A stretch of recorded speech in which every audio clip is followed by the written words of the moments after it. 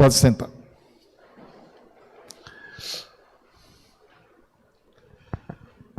Muito bom dia. Mesmo com máscara, pode responder, mesmo atrás da máscara. Bom dia e feliz sábado para vocês. Philip Yancey é um escritor batista dos Estados Unidos da América. Escreveu vários livros que se tornaram best-seller na América, em algumas partes do mundo também. E um dos seus livros de maior destaque, Wonderful Grace, ou Maravilhosa Graça, Yancey conta que certo domingo ele foi a uma escola dominical, ele é batista, ele não é adventista, e ele foi à escola dominical numa determinada igreja, numa cidade onde ele iria fazer uma palestra. Ele sentou, e ao sentar num dos bancos da igreja, havia um menino de uns 3 anos de idade, no banco da frente, e começou a sorrir para ele. E ele correspondeu ao sorriso daquela criança, e sorriu para a criança. A mãe daquela criança, com toda grosseria, estupidez, puxou o filho para junto de si e disse o seguinte para o filho: igreja não é lugar para a pessoa sorrir. Igreja não é lugar para as pessoas sorrirem. E Philip Yancey conta que naquela igreja, a única coisa parecida com a graça de Deus que ele viu foi o sorriso daquela criança. Nada mais. Eu quero falar sobre a graça. Pegue sua Bíblia. Abra sua Bíblia na carta de Paulo a Tito. Carta a Tito, capítulo 2, versos 11 em diante.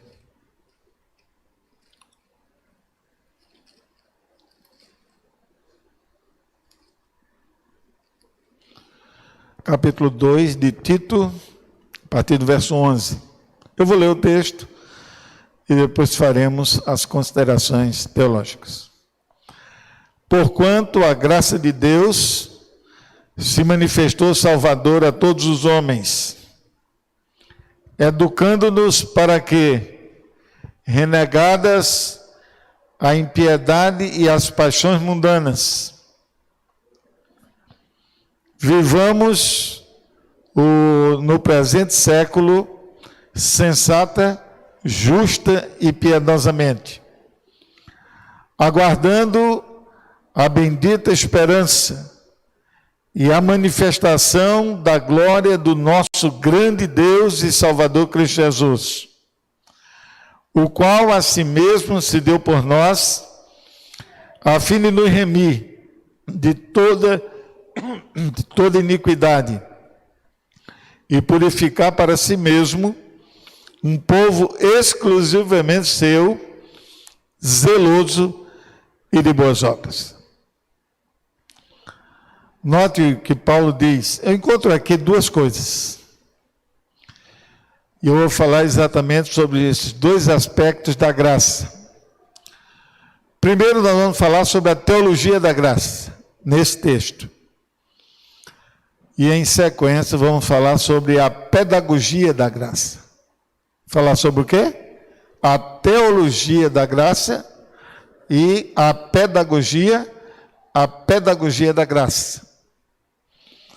Porquanto a graça de Deus se manifestou salvadora a todos os homens. Note que Deus, ao dar sua graça, Ele não selecionou privilegiados.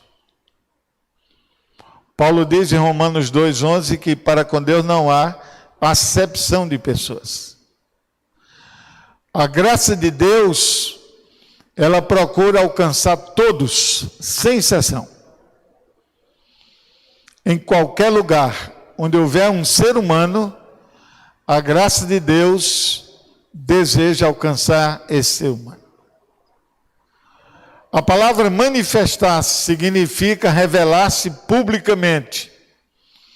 É uma referência à morte de Cristo publicamente no Calvário, quando todos puderam vê-lo morrer, todos os que estavam presentes puderam contemplá-lo ali no Monte Calvário.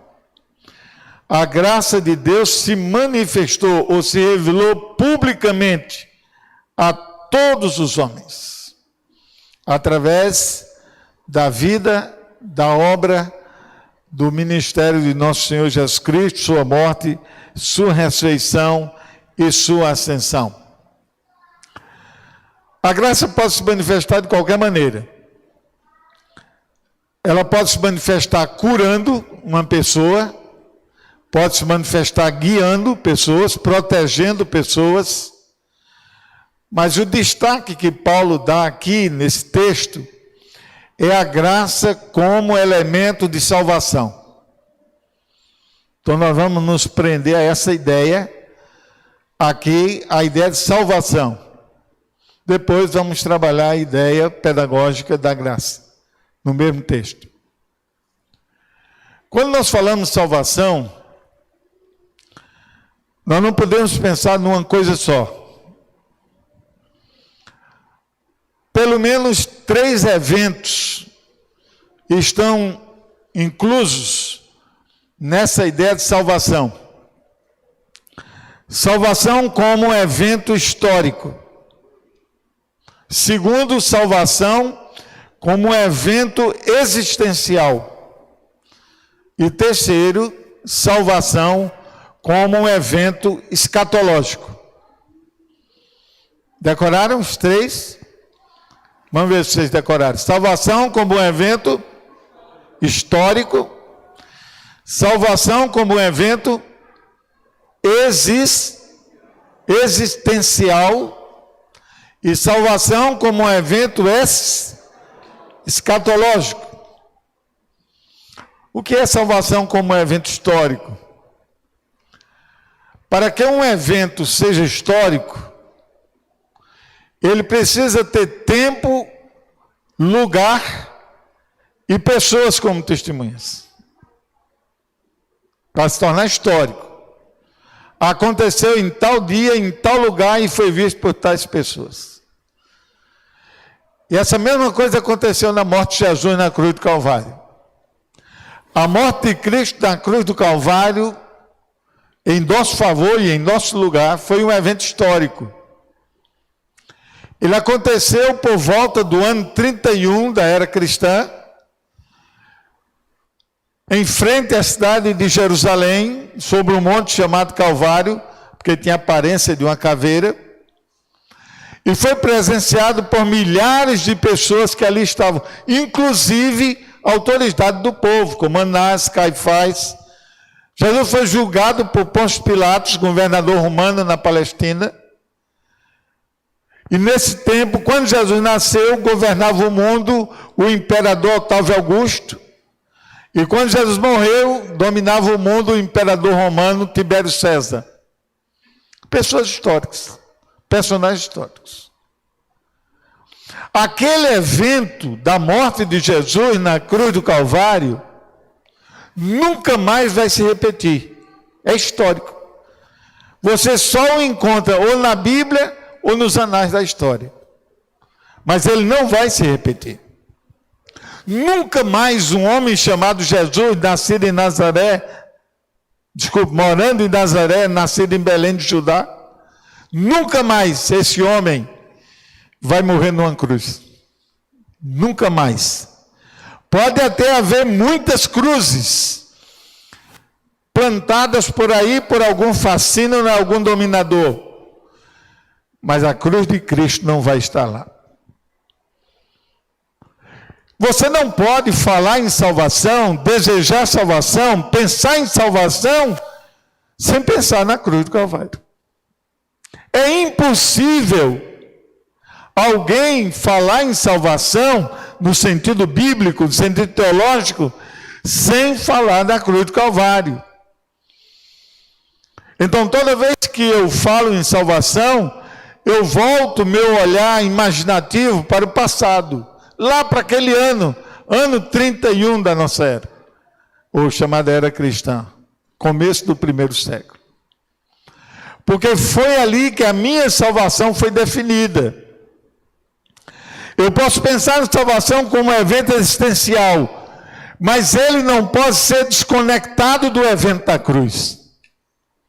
Eu posso pensar em salvação como um evento futuro, escatológico, mas não posso desconectá-lo do evento da cruz.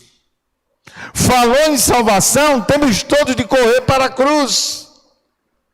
Porque a cruz é o centro da história da salvação. Amém? A cruz é o centro da história da salvação. Não é que a história da salvação começou ali, começou no céu, com o plano da redenção. Mas ali foi o centro, porque ali foi o cumprimento histórico de uma promessa que foi feita antes da fundação do mundo, cuja ideia foi antes da fundação do mundo, lá no concílio celestial. Quando o Pai, o Filho e o Espírito Santo se reuniram, e ficou decidido nesse concílio, que a segunda pessoa da divindade se faria um homem e morreria pelos homens. E o Verbo se fez carne, habitou entre nós. E o Verbo se fez carne. O Logos divino, a segunda pessoa da divindade, se faz humano, se faz carne, como eu e você, e morre pelos homens, todos os homens, sem exceção. Essa é a salvação histórica. Eu posso até desacreditar de Jesus, eu posso não aceitá-lo como Salvador, eu posso não ter fé, mas eu não posso negar que ele morreu por mim. Está registrado. Cristo morreu numa cruz. Eu estava estudando história. Eu era um aluno de 6º ano, 6º para 7º ano, na década de 1960 e pouco, lá no interior de Pernambuco. Ainda lembro o nome do professor, ele cativou a gente, professor Amauri. E o professor Amauri, que não tinha nada com a minha religião nem com a sua, era possivelmente um ateu, ou se dizia ateu. Mas ele passou para nós que um homem chamado Jesus de Nazaré morreu na cruz para salvar os pecadores. Estava no registro da história. E ele, como professor de história, mesmo não tendo fé, mesmo não aceitando Jesus como Salvador, mas ele foi fiel à história. Ninguém pode negar, está lá. Salvação como um fenômeno histórico. Mas tem o segundo.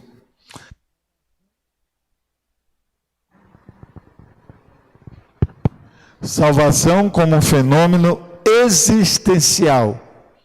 O que quer dizer fenômeno existencial? Fenômeno existencial quer dizer que acontece na minha vida. Aquela salvação que foi histórica lá na cruz, ela é existencial na minha vida. Todo dia eu preciso ser salvo por Jesus. Todo dia. No livro Caminho a Cristo, Ellen White diz que a nossa primeira tarefa diária é buscar Jesus. E durante o dia todo, por todo o dia, nós precisamos aceitar pela fé a salvação em Jesus. Amém? Todo dia. Por quê?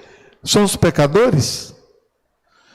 E o que caracteriza um pecador é sua inconstância, é sua contínua necessidade de perdão, contínua necessidade de ser resgatado, de ser redimido. Então não é que eu fui salvo por Jesus em determinado dia, determinado ano da história da minha vida e acabou. Não pode.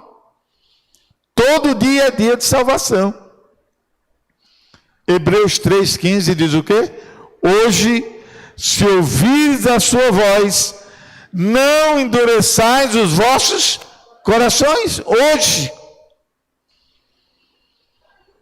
Você não pode pensar em ser salvo no futuro, que você não sabe se vai ter salvação no futuro para você, se você vai viver esse futuro. Para o salvo hoje, tem salvação futura, que é escatológica, vou falar daqui a pouco. Mas para quem não aceitou a salvação hoje, não tem perspectiva de futuro. Não há uma luz no final do túnel. Aliás, não tem nem túnel. Para quem não tem Jesus. Salvação existencial. Todo dia, ao se levantar, ajoelhe-se e agradeça a Deus por lhe dar vida para aquele dia. Ao terminar o dia, ajoelhe-se e agradeça a Deus a vida e a salvação que Ele deu naquele dia. E assim você vai repetir quanto dia? Todo dia. Lamentações de Jeremias, capítulo 3, a partir do verso 22. As misericórdias do Senhor se renovam a cada dia, a cada manhã. E isto é a causa de eu não ser consumido, porque as tuas misericórdias não têm fim. Elas se renovam a cada manhã. Amém? Lamentações de Jeremias. Lá no Velho Testamento. Vamos trocar a palavra misericórdia e colocar a palavra graça. Dá a mesma coisa. A graça do Senhor, por mim, a meu favor, ela se renova quanto tempo? A cada manhã. Porque a graça do Senhor é infinita. Foi isso que a gente cantou? Infinita graça. Mas tem um terceiro elemento chamado, é o evento chamado salvação. É a salvação como um fenômeno escatológico. Eu fui salvo, eu estou sendo salvo e eu serei salvo. Jesus diz em Mateus 24, 13, aquele que perseverar até o fim, esse será salvo. Mas perseverar na salvação. Não é que você vai perseverar até o fim sem Cristo e no fim aí vai ter salvação. Não. Quando Jesus vier, Ele não vem salvar ninguém no sentido principal da palavra. Ele vem recolher para o seu reino de glória aqueles que já o aceitaram como Salvador pessoal. Então a vinda de Cristo é uma realidade também. Eu vou citar apenas dois textos. O primeiro está em João, capítulo 14, versos de 1 a 3. Não se turbe o vosso coração. Credes em Deus, crede também em mim. Na casa de meu pai há muitas moradas, se assim não for, eu vos teria dito. Vou preparar-vos lugar, e quando eu for vos preparar lugar, voltarei. Amém. Voltarei e vos receberei para mim mesmo, para que onde eu estiver estejais vós também. Amém. Que certeza, né? Uma vez uma garota já, adolescente, 13 anos, 12 para 13 anos. O nome dela é Dilene. Já faz quase 50 anos, não me lembro o nome da menina. Eu era um jovem professor lá no interior de Pernambuco, lá onde o vento encosta o cisco, bem longe, onde nasceu o ex-presidente Lula, um lugarzinho chamado Caetés. Aquela cidade foi meu primeiro emprego como professor de português. 1972, a boa parte aqui não era nem nascida ainda. E eu estava na sala de aula, mas eu gostava de falar de Cristo e do céu para os meus alunos da escola pública. Não podia falar muita coisa porque, pela lei, eu não posso doutrinar em escola pública. Mas eu aproveitava os momentos e dava uns insights, umas conversas assim religiosas. E os alunos sentiram isso. E eu senti que eles reagiam bem. Aí eu chamei o meu pastor, eu era de Garanhuns, morava em Garanhuns, ia dar aula em Caetés, uns 30 quilômetros de distância. E eu levei meu pastor para fazer uma pregação sobre a segunda vinda de Cristo. Lembra aquele slide antigo? Trec, né? Quem é mais velho na igreja, irmão Figueiredo lembra bem. Aquele, né? Não tinha DVD, não tinha nada dessas coisas, tudo é novidade. E eu comecei como missionário, fazendo o trec lá do projetor. Foi como eu comecei, como adolescente, sendo missionário, acompanhando o meu pastor, outros irmãos, manuseando lá o projetor de slide.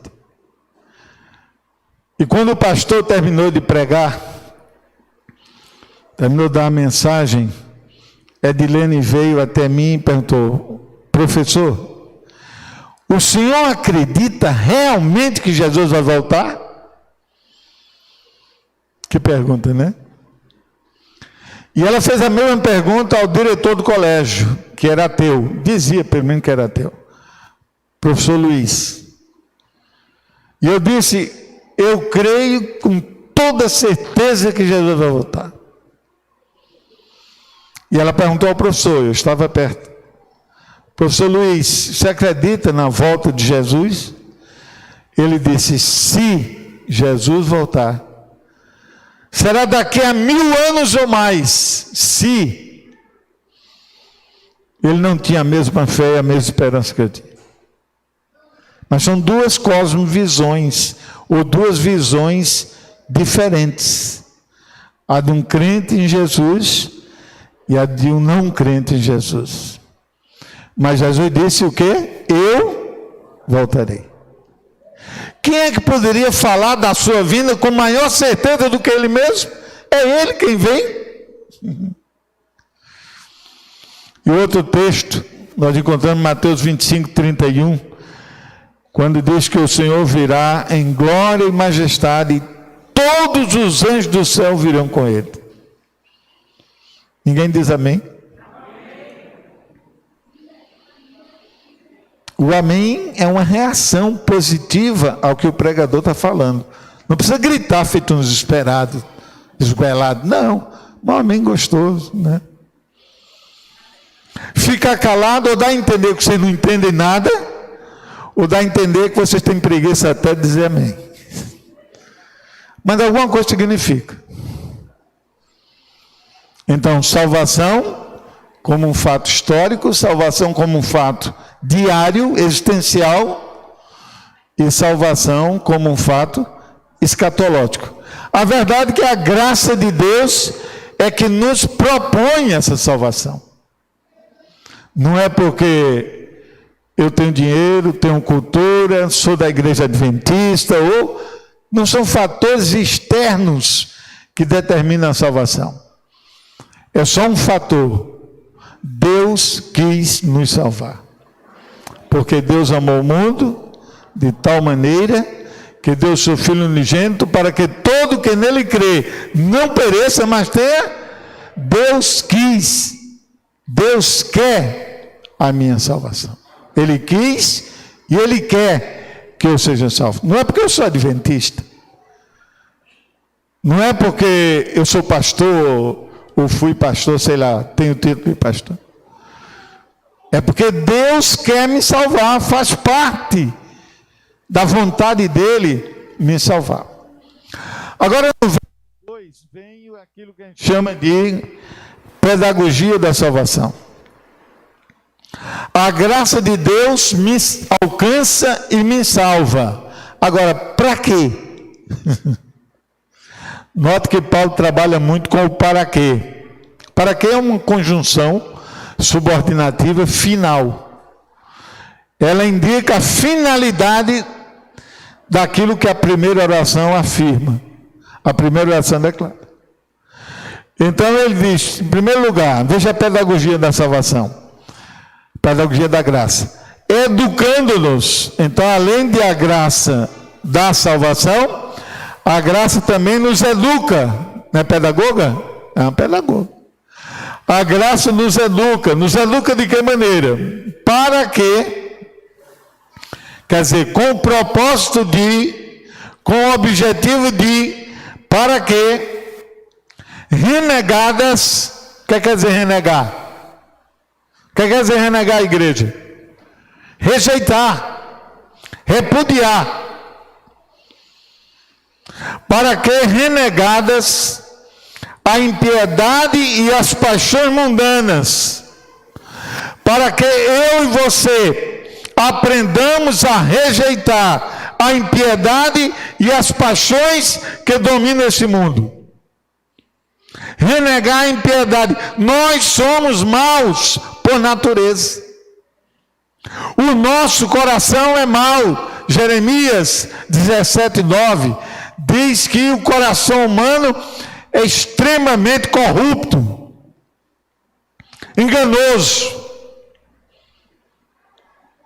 O mal está em nós, desde quando nascemos até quando morremos. O mal está em nós. Existe em cada crente um pitbull dentro da gente.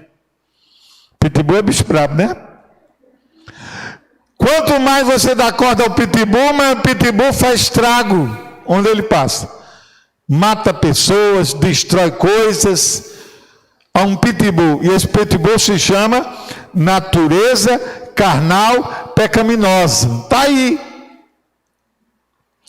Porque você se batizou, está com a Bíblia debaixo do braço, cheirosinho, bonitinho, bem vestido da igreja, não quer dizer que o pitbull está morto. Está aí dentro.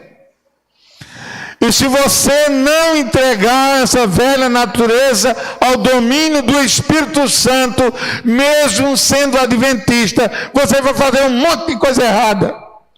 Vai matar, vai roubar, vai enganar, vai trapacear, vai adulterar, vai mentir, vai fazer um monte de coisa. Eu tenho 55 anos de adventista. 55 anos de adventista. Fui pastor durante 22 anos. Depois entreguei a credencial.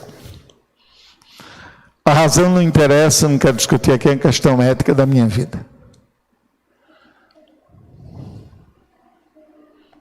E eu já vi muita coisa bonita nessa igreja. Muita coisa linda, mas já vi muita coisa errada. Já vi irmãos brigando na porta da igreja, trocando soco um com o outro. Na porta da igreja, ali na central onde eu sou membro.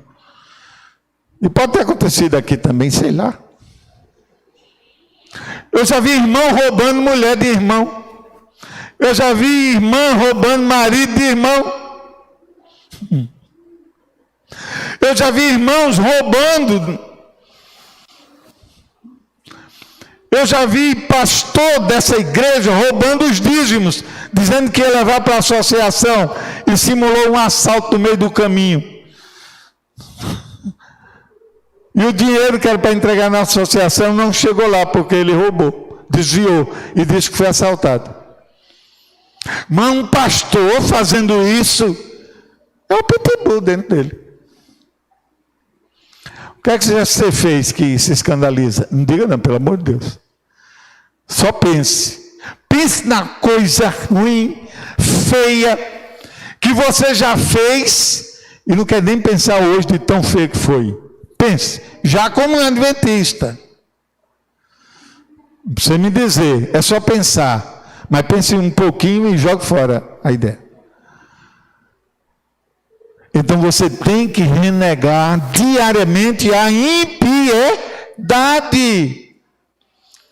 Todo dia, pedir perdão pelo erro e pedir a Deus forças interiores para não voltar a ser ímpio, a agir como ímpio.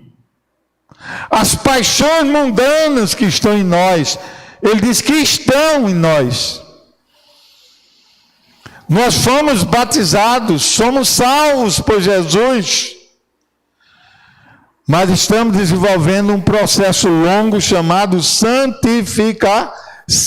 Santificação não é um processo do dia para a noite.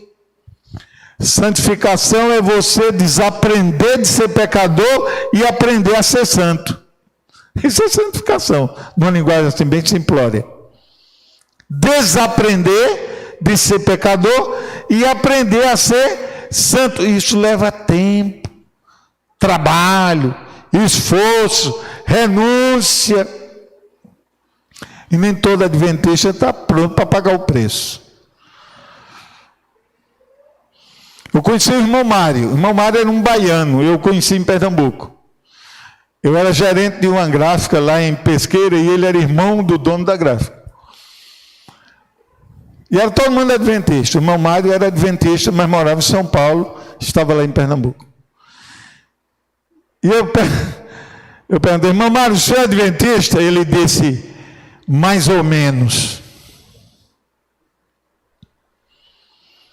Existe um buraco mais ou menos, ou existe buraco ou não buraco?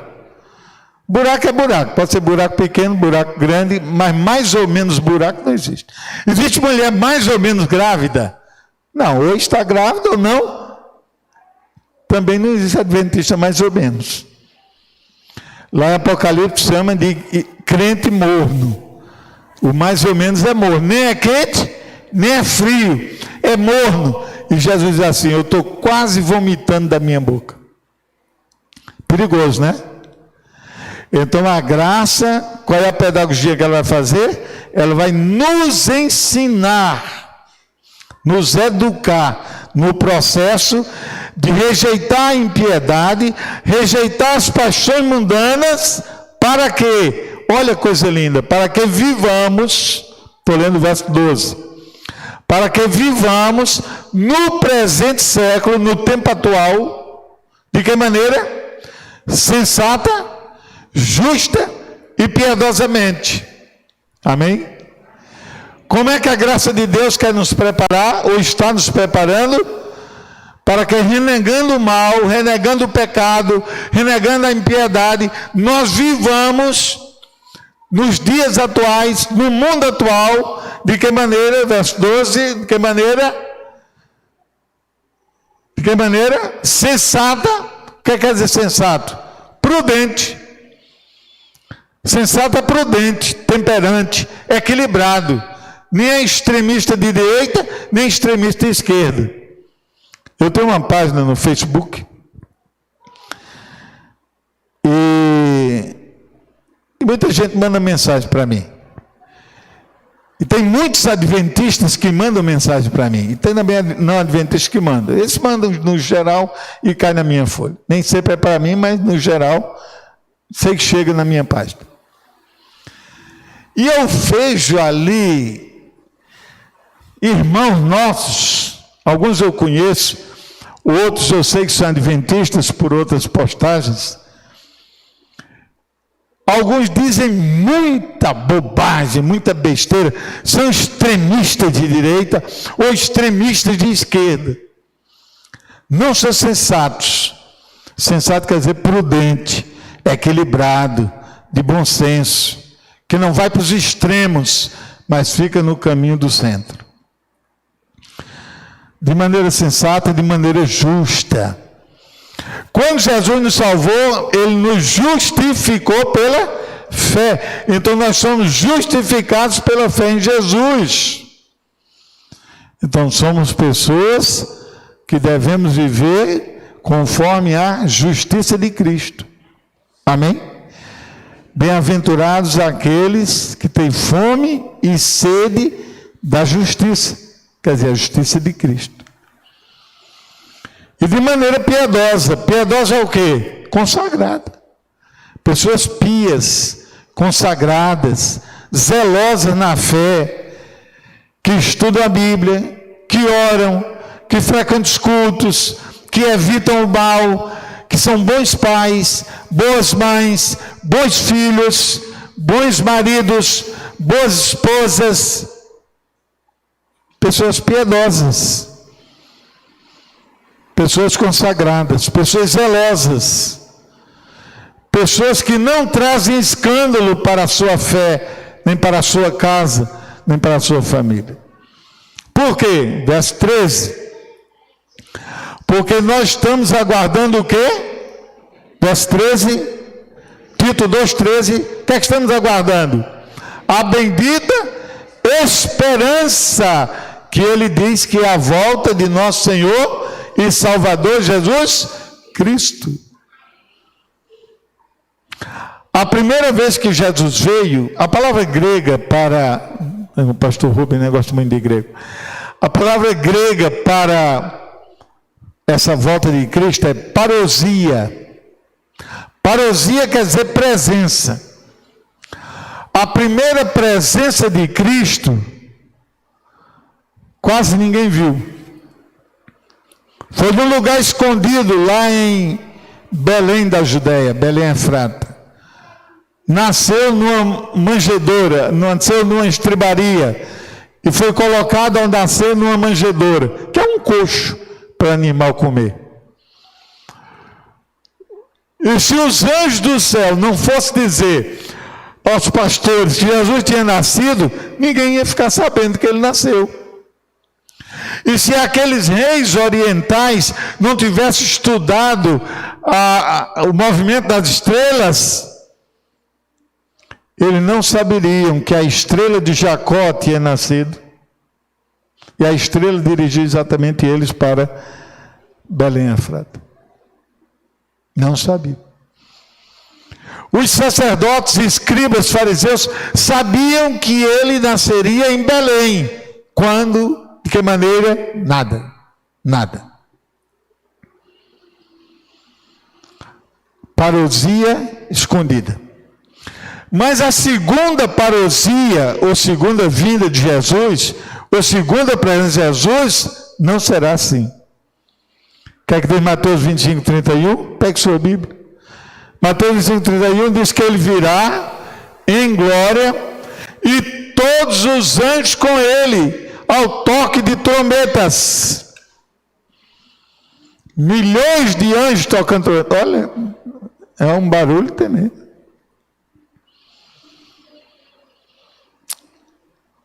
Parousia, a segunda parousia se transformará numa epifania. Presta atenção nessa palavra também, que é grega, não é remédio não. Não é remédio para Covid não. A segunda parousia vai ser numa epifania. Epifania quer dizer uma manifestação intensa de brilho, de sons, de movimento. Uma festa patriótica, com todos os anjos do céu vindo com Jesus. Não vai ser mais aquele Jesus escondidinho, nascendo escondidinho. Vai ser um Cristo voltando em glória e majestade. Amém. Para me buscar, para buscar você. A segunda vinda. E ele diz, para terminar no verso 14, o qual quer dizer Jesus, o qual a si mesmo se deu por nós, a fim de nos remir de toda iniquidade. Remir quer dizer resgatar, salvar, redimir de toda iniquidade, quer dizer todo pecado. E purificar, a ideia de santificação está aí, purificar para si mesmo. Que povo? Um povo exclusivamente seu, zeloso e de boas obras. Quer que Deus quer que nós sejamos como povo salvo? Deus quer que nós sejamos um povo purificado, um povo limpo de coração, e um povo que é zeloso e com obras boas. Toda obra má devemos renegar e buscar as boas obras. Mas o pastor disse que eu não sou salvo pelas obras, mas não estou dizendo que você é salvo pelas obras. Eu estou dizendo que você é salvo para produzir boa obra. Deus salvou a mim e a você para produzir o bem. Porque se fosse para produzir o mal, não precisava Jesus vir para salvar ninguém. Era só deixar como estava, já está fazendo o mal, continua fazendo o mal. Mas se Jesus veio, nos resgatou, nos redimiu, pagou o preço, é para que a gente produza o bem. Amém? Produza o bem. Quando você vê um crente produzindo o mal, alguma coisa está errada, porque não é para crente produzir mal.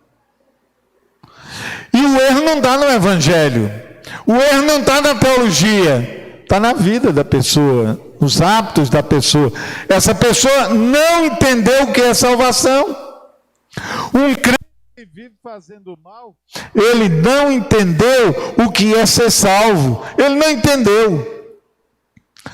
Porque eu sou salvo do mal, sou salvo do pecado, sou salvo da impiedade. E se continuo na impiedade, na prática do mal, eu nem sei o que é ser salvo. Eu posso ser membro de igreja, mas salvo não. Eu posso ser membro da igreja, mas não sou crente segundo o coração de Jesus. E a igreja está cheia de membros, mas talvez poucos estejam realmente salvos em Jesus, vivendo o processo de santificação. Agora não cabe a mim apontar, fulano, eu não conheço o coração de ninguém. Mas você fica pensando, o que é que eu ando fazendo? Como tem sido o meu comportamento? Como tem sido minhas atitudes? Que escolhas eu ando fazendo na vida? Quando estou eu e o computador, o que é que eu faço? Que sites visito? O que é que eu digito no meu zap? Ou no meu computador lá nas redes? Eu digito o quê? Eu busco o quê?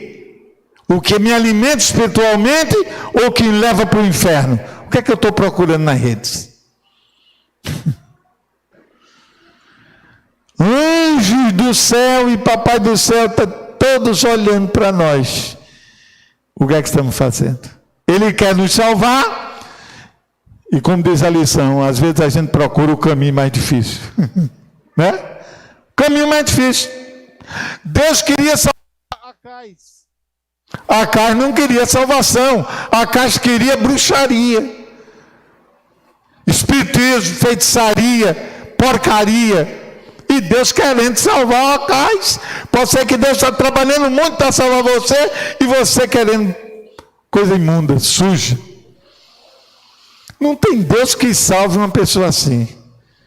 Porque Ele não quer o que Deus quer. Ele quer o que seu coração perdido quer. Tem um texto em Oséias, eu não lembro bem se é 12:8 ou é 8:12 de Oséias, em que Oséias lamenta, falando em nome de Deus. Oséias diz assim, ainda, é como se Deus falasse por Oséias, ainda que eu desse a minha lei para eles, falando de Israel, em 10.000 preceitos, ainda assim seria como nada diante deles, porque eles não querem. Para quem não quer obedecer, tanto faz 10 mandamentos, como 2 mandamentos, como 1000 mandamentos, é a mesma coisa, não quer. Você tem um filho, você aconselha de manhã à noite, orienta, instrui, prepara, e ele não quer, o que é que você vai fazer? Eu conheci Carlos, um rapaz inteligentíssimo, Banco Brasil, lá em João Pessoa, quando eu fui pastor da Igreja Central de João Pessoa, na década de 80. E Carlos estava fora da igreja, adventista, mas deixou a igreja, estava no mundo. Ele ia para a igreja, tinha uma noiva que era da igreja. E eu comecei a trabalhar com o Carlos, para ver se eu o trazia de volta e o rebatizava. E teve uma hora que ele se importunou comigo, de tanto eu querer que ele fosse salvo, que ele disse assim, pastor, eu não quero ser salvo. A partir de hoje, eu não falo de salvação mais para você. Passei 4 anos em Salvador, em João Pessoa, mas depois desse dia não falei mais de salvação, porque ele disse o quê? Eu não quero ser salvo. O que é que eu posso fazer? Então, meus irmãos, para terminar, não se indisponha com a graça de Deus, mas se disponibilize para a graça de Deus, amém? Diga como Isaías: Senhor, eu estou aqui ao teu dispor, Senhor. Eu estou aqui disponível. Diga isso para Deus. Nós vamos cantar um hino agora. Eu nem falei para o pessoal. Cadê o menino que cantou no começo? O pessoal que cantou aqui, hino 204. Aí, um cantor, uma cantora, ou os dois, vem até aqui comandar o hino para a gente terminar. 204 do hinário da igreja. Maravilhosa graça.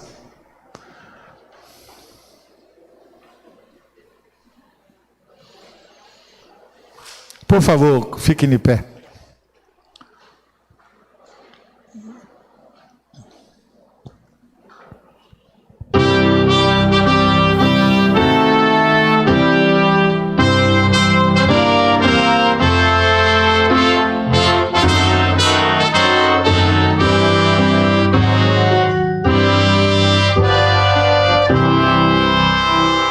Maravilhosa graça, maior que o meu pecado,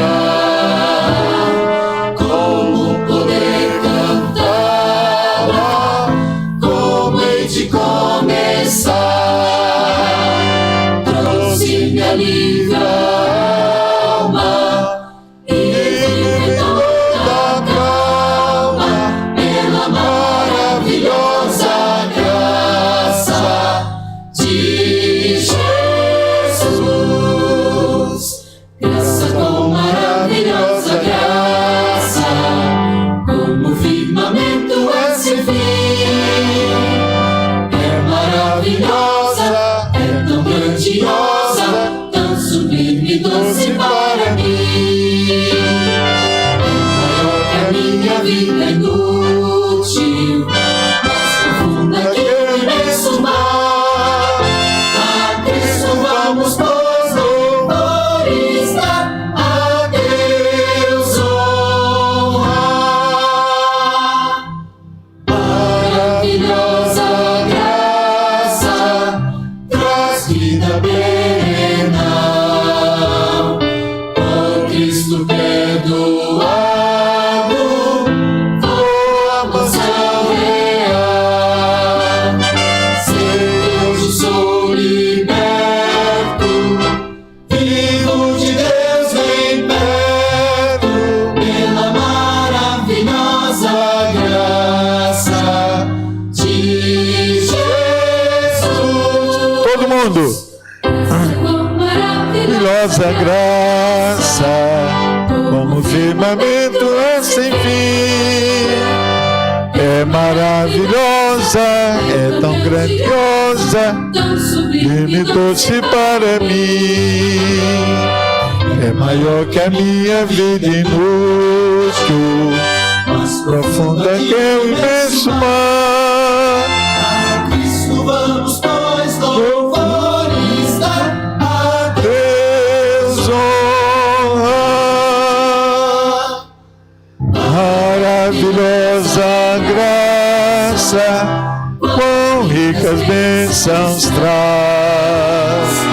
Por ela Deus salvou-me, deu-me perdão e paz. Salvo-se em verdade, por toda a eternidade. pela maravilhosa graça de Jesus. Graça com maravilhosa graça, o firmamento é sem fim. É maravilhosa, é tão grandiosa, sublime e doce para mim. É maior que a minha vida inútil, mais profunda que o imenso mar. Cristo vamos, pois, louvores dar A Deus honra. Oremos. Santo nosso Deus, honrado, louvado e adorado seja o teu nome. por essa graça maravilhosa que nos alcançou, nos perdoou e nos salvou. Obrigado por Jesus, que nos foi entregue como resgate e pagamento do nosso pecado, e está no céu à direita do Pai intercedendo por nós. E que Ele logo voltará para nos buscar e nos recolher para o seu eterno reino de glória. Senhor, eu quero ir com Jesus. Eu quero morar no céu, o tempo que for preciso, e depois voltar para essa terra renovada, terra nova, completamente segundo a vontade de Deus. Leva a gente para casa com esse desejo. E que nós jamais desistamos desse desejo de morar com Jesus na glória.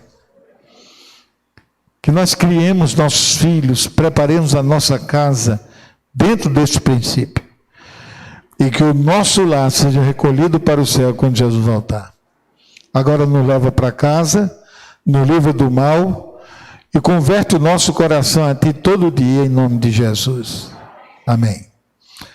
Voltem para casa na paz do Senhor. Eu vou me despedir de vocês com o murrinho santo, tá? Porque eu não posso abraçar vocês.